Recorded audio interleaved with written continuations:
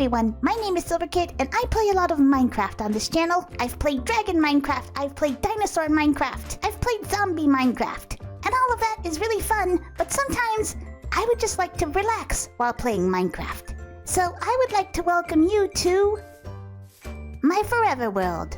This is a world that my husband and I started a few weeks ago when we just want to hang out and play Minecraft together. So I would like to take you on a little tour of what we've done so far. Unfortunately, the sun is going down, so let's go to sleep.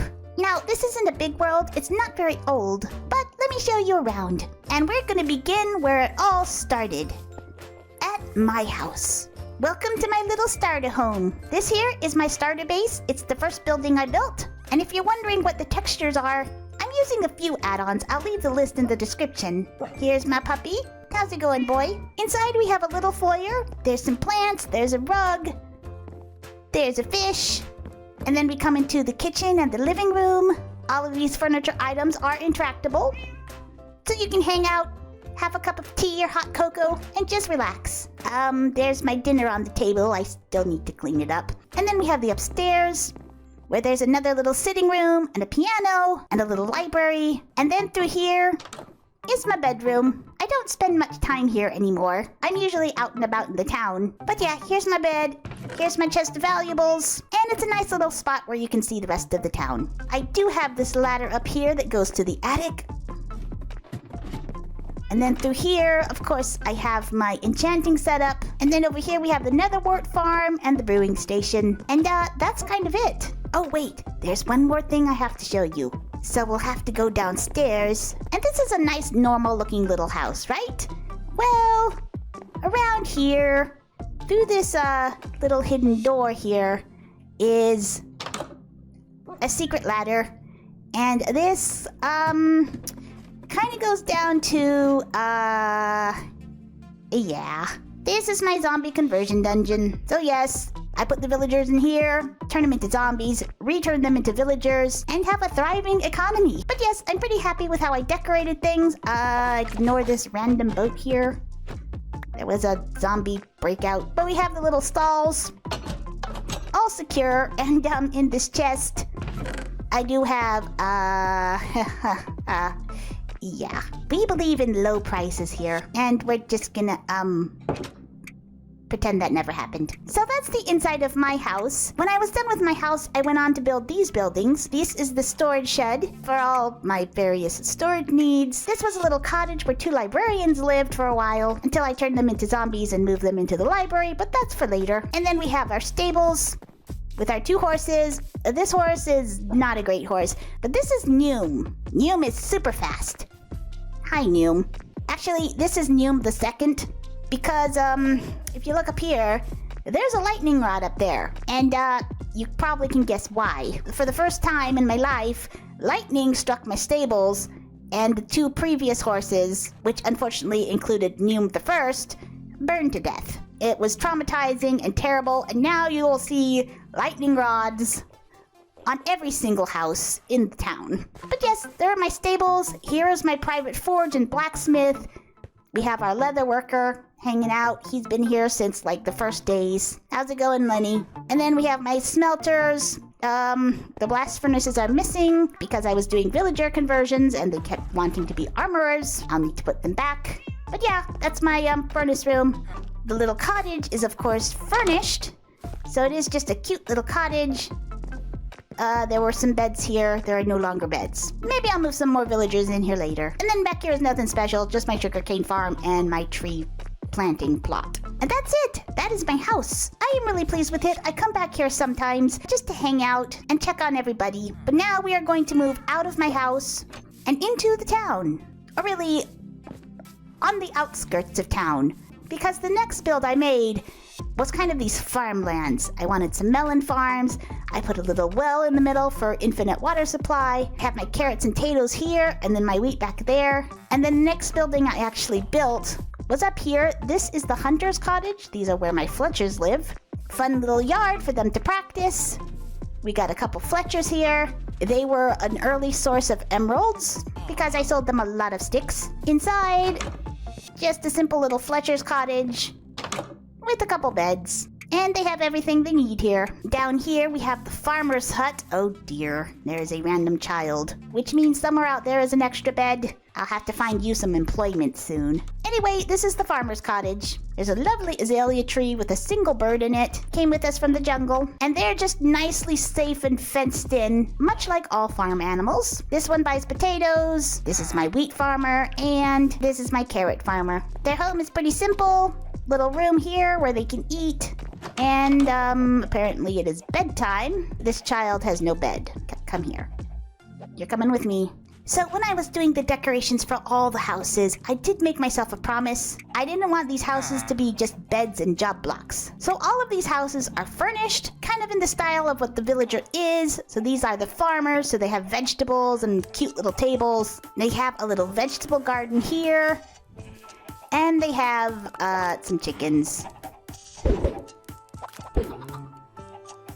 Around here is the cow and sheep pasture. There used to be a lot more. This is maybe a third of the numbers that were in here. And that was a lot of entities and a lot of lag, so I thinned the herd a little bit. We did have a naturally spawning pink sheep that I've kept. They're happy, they're roaming around, they're being cows. And then coming around here, you have the other stables. This is where I do most of my horse breeding for fast horses. I haven't really had a lot of luck, but over here, we have a sort of fast white horse and a sort of fast gray horse, and hopefully they'll make some fast babies. The two horses behind me are terribly slow, but they're cute and they add to the aesthetic. Around the stables, we do have this lovely barn, whose only purpose is to really look pretty, but inside we do have some nice stalls for some animals if I ever decide to get more. Around here is the butcher's house, as you can see by all the pigs in his backyard, and yes, we do have a dinner bone walking around. And I figured the butcher house would be closer to the farmlands as opposed to closer to town, mostly due to the smell. But we do have a lovely little butcher shop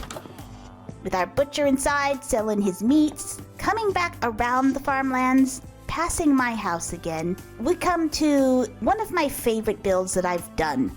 This is the fox cottage. And we have two adorable little foxes here. You can't fully tame foxes, but you can domesticate them. These two I bred from babies, so they're not afraid of me. Their names are Seigetsu and Yumeko. And if you've read a certain book of mine, you'll recognize those names. But yes, this was a really fun build. I just wanted a cute little spot to put my foxes. They have a very cute decorated house, a couple of spots for them to sit, and then their own yard with plenty of pine trees to sleep under. And I love to see my little foxes roaming around free. Here you go, Yumeko. Ow, ow, ow, ow, ow. So now we're on one of the main roads into town. But if we turn right here, we come to the Chocolate Roof Bakery, which I think is adorable. I love how it turned out. Inside, we just have our baker and all the cakes. We've got some cookies and some bread. And some pumpkin pie. Just a tiny little bakery, but I think it turned out really cute. These two houses here are just that. These are just houses. We can do a quick peek inside this cottage. It holds a couple cartographers. They do have an attic, which I still need to decorate, but we're not going to talk about it. They do have a yard where they can semi-roam around. I didn't want to have villagers wandering free, but I did want to give them a little bit of freedom. And then over here, we have just a normal house with a puppy on the porch.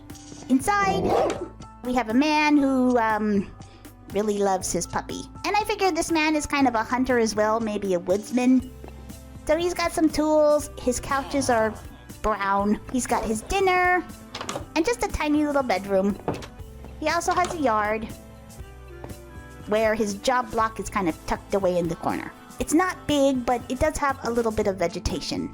Coming around here, we have our first townhouse. This is one of the bigger cottages I've built. Again, I did want to give all the buildings sort of their own personality. So inside, we have our shepherd, who in my mind is a lonely old lady that likes to knit plushies. So here we have a sheep plushie. We've got another sheep plushie up here.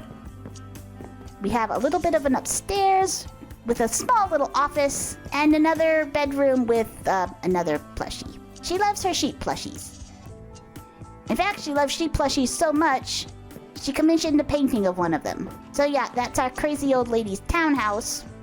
And then next door to her, we have George's General Store. And here is the general store for the town. And inside, it's kind of a cluttered mess, but that's sort of what a general store is supposed to be. I do love the new shelves. I love how they look on the walls. I love how you can use them for flower boxes. I love how you can use them for half walls. I love everything about the new shelf. If you look closely, I use them a lot. So here's all our general store products, and here's our general store with all the vegetables in the corner. We've got some tools. We just got stuff lying everywhere. So continuing past the general store, we come to probably the biggest build in the entire town, and that is the Grand Library. And this took me forever. However, it was the first building that I actually put in the town. So at first, it was just the library sitting here and nothing else, because I needed somewhere to stick my librarians because they were taking over my house. But yes, here is our Grand Library, looking quite imposing and majestic, if I do say so myself. I do love the roof design. I tore down and rebuilt this tower like 2 or 3 different times to get it perfect. But I really like the crenulations up top, and I just like how the entire thing turned out. But inside, past our library cat, we have the inside of the library, which I also think turned out really, really well. We have all the librarians in their little librarian nooks. They will never move or leave or get eaten by zombies. But here we have respiration, we have impaling, sharpness, projectile protection, mending, probably the most important librarian right here, Mr. Mendy. And then on the other side we have bookshelves, featherfall, protection, silk touch, unbreaking, efficiency, and fortune. And there's more room if I need more librarians. How's everybody doing? Glad to hear it. Upstairs, we have more library stuff. And then on the other side, we have a second enchanting setup in case I need a closer place to enchant my stuff. Keep working, everybody. You're doing great. Now, if we go straight across from the library, we come to our town square with the big fountain in the middle and this lovely square over here. And this is one of my favorite places in town, especially if you're coming through this angle, you're walking along, and suddenly it opens up into this lovely market area here, and I'm just in love with it.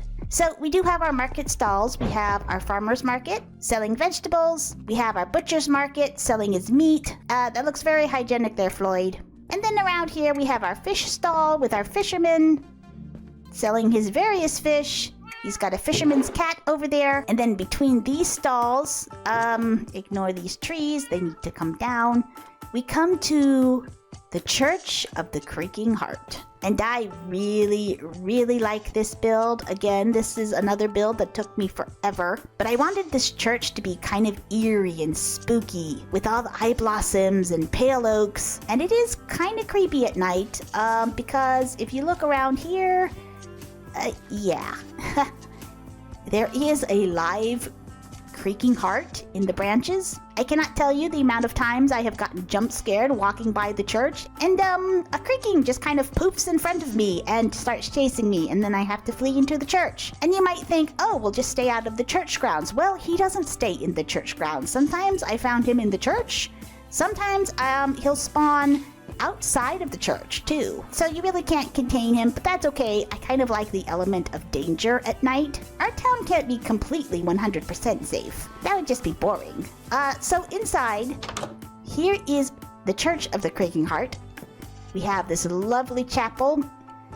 This ceiling took me hours to complete. We've got some pews, we've got some decorations, we've got the offering box over here, there's the altar with the brewing station, and then around here, we come to our priest's house. This is Eric the Cleric. Hi Eric, how you doing? How's our creaking friend? So Eric just has a safe little house right next to the creaking. Thankfully, they don't spawn in his yard.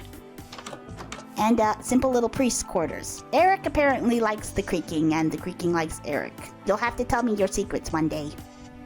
Anyway, that is the Church of the Creaking Heart, and we'll come through the square again, take a left, and you will come to the Tavern. Another one of the older buildings in town. It was probably the second building I built after the library. And up here we have our lovely tavern with some tables and chairs, got a roaring fireplace, have the bar, and here's our lovely tavern keeper. Working on a chicken, apparently. Up these stairs, you'll come to the inn part of the tavern. So we have a cozy little corner here, and then we have the rooms. which are quite simple. But if you're traveling, you can come in, grab a nice room, spend the night, and not have to worry about, say, Creakings wandering around outside. Not that that would happen. Across from the tavern is this little blue shack right here. This is our potions shop, or potion hut. And I kind of built this for my own purposes, really. I wanted somewhere closer where I didn't have to run all the way back to my house to make potions. So here's a potion setup. Around here, through this keep outdoor, is our place where they actually make the potions. And that's basically it. It's just a simple little potion shop right next door to Candles to Die For, which is very cute, very cozy in here as well. There's lots of candles. You can buy different dyes. Really, these shops were just a way to fill up the town square so it didn't look empty. So I just needed a couple cute little shops. And then over here we have our weapon shop. We have suits of armor on the walls. We've got rows of weapons you can buy. And it looks like a very small but very normal little weapon shop, right? However, this weapon shop hides a secret. If you go back here, you come to a secret staircase. And at the top of the staircase, somebody is guarding something. So if you get past the bouncer at the door here, you can go into this secret area here. And this is the Thieves Guild.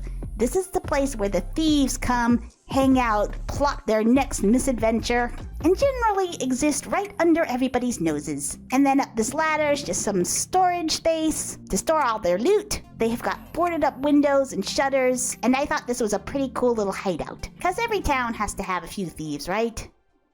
And yeah, that's our weapon shop with the entrance to the Thieves Guild. Oh, but look at the town square at night. Doesn't it look beautiful? I rarely get to appreciate how the town glows at night, but this is really pretty. Anyway, bedtime.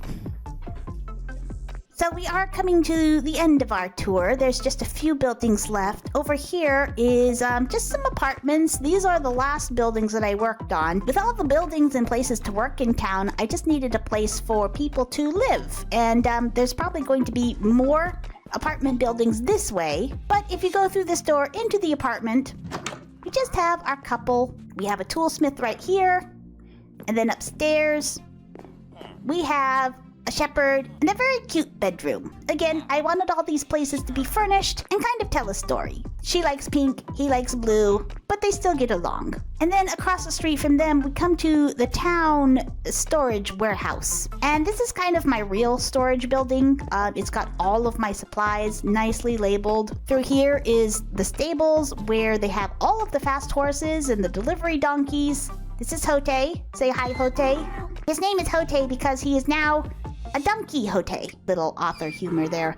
And this is Lightning. Lightning is my other really fast horse. So if I needed something on the other side of town, I just hop on Lightning and we would just go galloping over here. And it's much faster on Lightning than it is to run through town. Now, I'm not a redstoner. However, my husband has been getting into redstone, so we have an extremely simple sugarcane farm here down in the basement. I want to put another type of farm along this wall. I haven't decided what kind yet. We have come to the end of our tour of the town. Of course, it's not done yet. Everything is a work in progress, but I did want to show you one more thing, and that is this bridge over here. And this bridge at the very edge of town leads to the Dwarven Kingdom. And that's my husband's territory over there. Everything on that side of the river is the kingdom of the dwarves. So he built those towers, he built this huge wall, and then if you look up the stairs through those doors is the entrance into the Dwarven Hall.